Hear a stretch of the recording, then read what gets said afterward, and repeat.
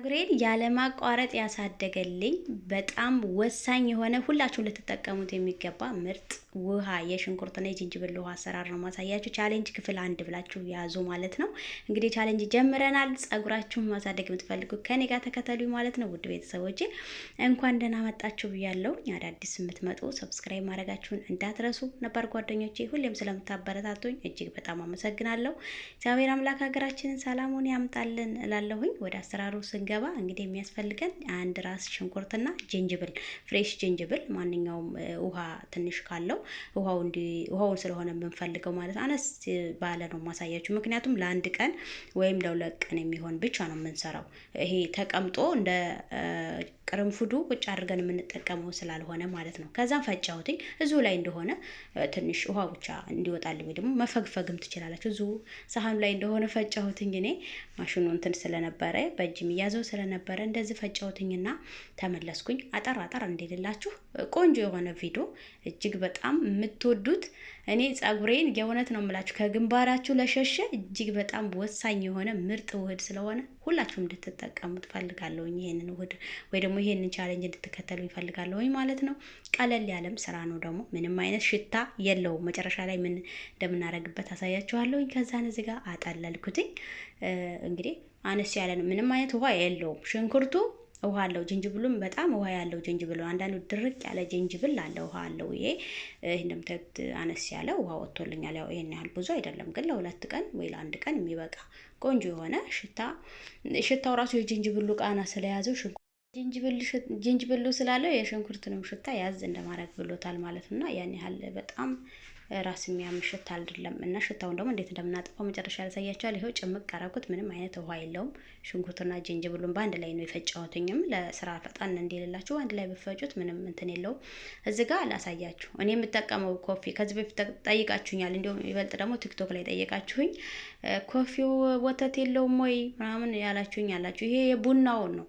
ይሄ ለኮፊ የተሰራው ቡናውን ነው እንጂ ኑስ ካፌ አይደለም የተጠቀምኩት። ወይ ይሄ ተቀላቅሎ ለመስራት የሚጠቀሙት ነው። እኔ ቡናው እንግዲህ ምን አይነት ቡና እንደሆነ አላውቅም። የቡና ስለማልጠጣ ማለት ነው። ብቻ ግን ይሄንን ነው የተጠቀምኩት።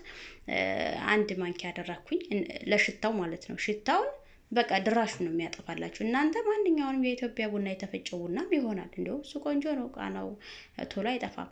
ሽታው እንዲያጠፋልን ነው ቡናው የሚያስፈልገው እንጂ ምንም ሌላ ፀጉራችሁንም በዛው ያሳምረዋል። ምንም ነገር እንትን ጉዳት የለውም እና ተጠቀሙበት። እዚህ ጋር ያጠለልኩት ቡናው ምናልባት ቶሎ ታልሟሟላችሁ፣ ምናልባትም ደግሞ የቡና አሰር፣ ይሄ የኢትዮጵያ ቡና ከሆነ አሰር አይደለም የሚባለው፣ እሱ ካለው እንደዛ አጠሉት። እኔ ፀጉሬን ስለሚያሳክከኝ እንደዛ እንዳይኖረው ብዬ ነው እንደዚህ ያጠለልኩት። ግን ምንም የለውም ነበረ በነገራችን ላይ።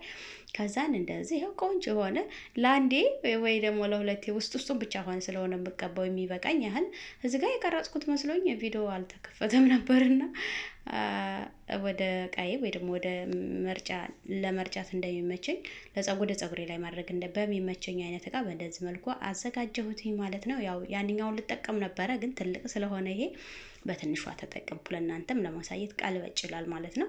ይህንን ቻሌንጅ ስታረጉ ደግሞ በጣም ቀላል ነው። ሁለት ነገር አላችሁ ፈጭታችሁ በሳምንት አንዴ ወይም በ15 ቀን አንድ ቀን ብቻ የምትጠቀሙት ነው። ያ ማለት ደግሞ ከመታጠባችሁ በፊት ማታ ልትታጠቡ ከሆነ ቀን ተቀብታችሁ፣ ጠዋት ልትታጠቡ ከሆነ ማታ ላይ ተቀብታችሁ የምትጠቀሙት እጅግ በጣም ምርጥ የሆነ ከግንባራችን ሸሸብኝ፣ ሳሳ፣ ፀጉሬ ተበጣጠሰ፣ ተነቃቀለብኝ ለምትሉ ለእያንዳንዳችሁ መልስ የሚሆን ቻሌንጅ ስለሆነ ብትከተሉት ደስ ይለኛል ማለት ነው። ከዚህ በፊት በቅርንፉድ የተከተላችሁኝ እጅግ በጣም ብዙ ለውጥ አይቼበታለሁኝ። እጅግ በጣም አሪፍ ነው ብላችሁኛል። እኔም ይሄን ቻሌንጅ የጀመርኩበት ትቼው ነበር። የቅርንፉዱን ቻሌንጅ ሳቆም ያው እናንተ ስታበረታቱኝ ነበረ።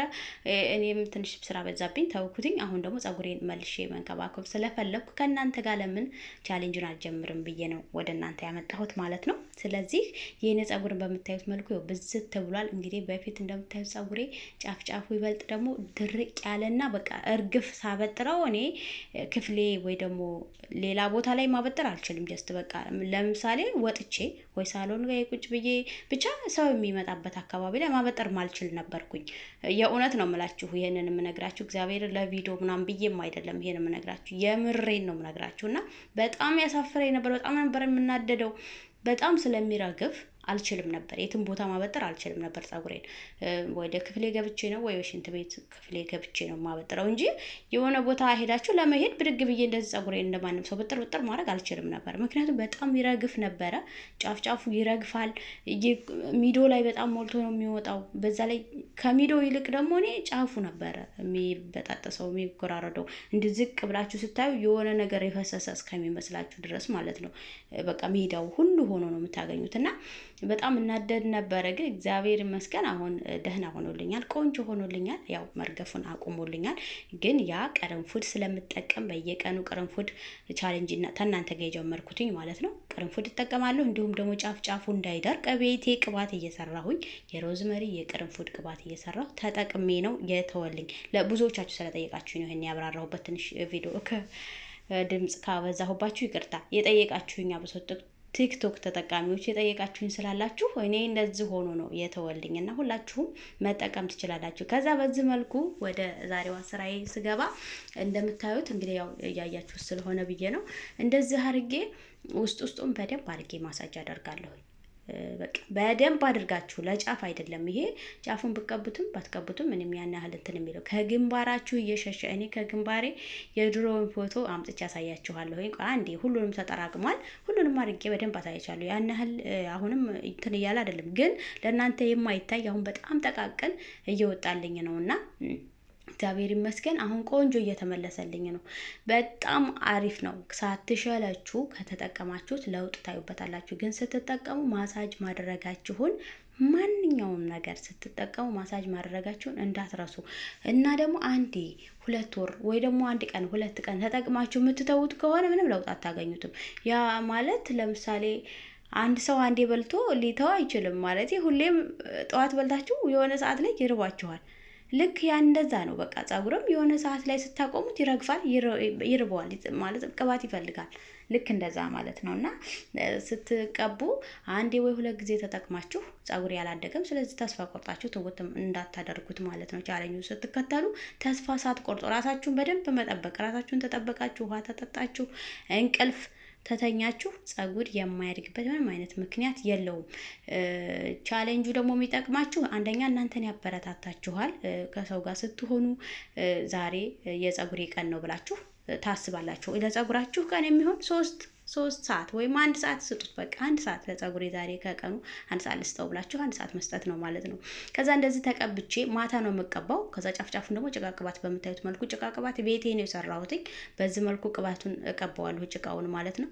ማታ እቀባዋለሁኝ፣ ጠዋት ላይ እታጠበዋለሁኝ። በሳምንት 1 ወይም በሳምንት 2 ጊዜ እናንተ በ15 ቀን 1 ቀን ወይ በሳምንት 1 ከሆነ የምትታጠቡት በታጠባችሁ ሰዓት ማታ ጠዋት ለመታጠብ ማታ ተቀብታችሁት ብታሩ ማታ ላይ ጸጉር ስለሚያድግ ስለምንተኛበት ደም ስራችን የሚንቀሳቀሰው ያን ጊዜ ስለሆነ ማታ ማሳጅ አድርጋችሁ አሳድራችሁ ጠዋት ብትታጠቡት በቃ ቆንጆ የሆነ ለውጥ ታያላችሁ በ3 ወር በ4 ወር ውስጥ። ግን ይሄ በ1 ቀን ተቀብታችሁ የምትተውት አይደለምና ከግንባራችሁ ለሸሸ በዚህ መልኩ በደንብ እየቀባችሁ ማሳጅ ካደረጋችሁት ለውጥ ታያላችሁ። ሁላችሁም ቻሌንጁ እንድትቀላቀሉ ብያለሁኝ ማለት ነው። እንግዲህ እኔንም አበርቱኝ ውድ ቤተሰቦቼ። ለዛሬው ይሄን ይመስላል ያስኩላችሁ ቪዲዮ። ሰብስክራይብ ያላረጋችሁ ግን ሰብስክራይብ አድርጉ። መልካም ቀን።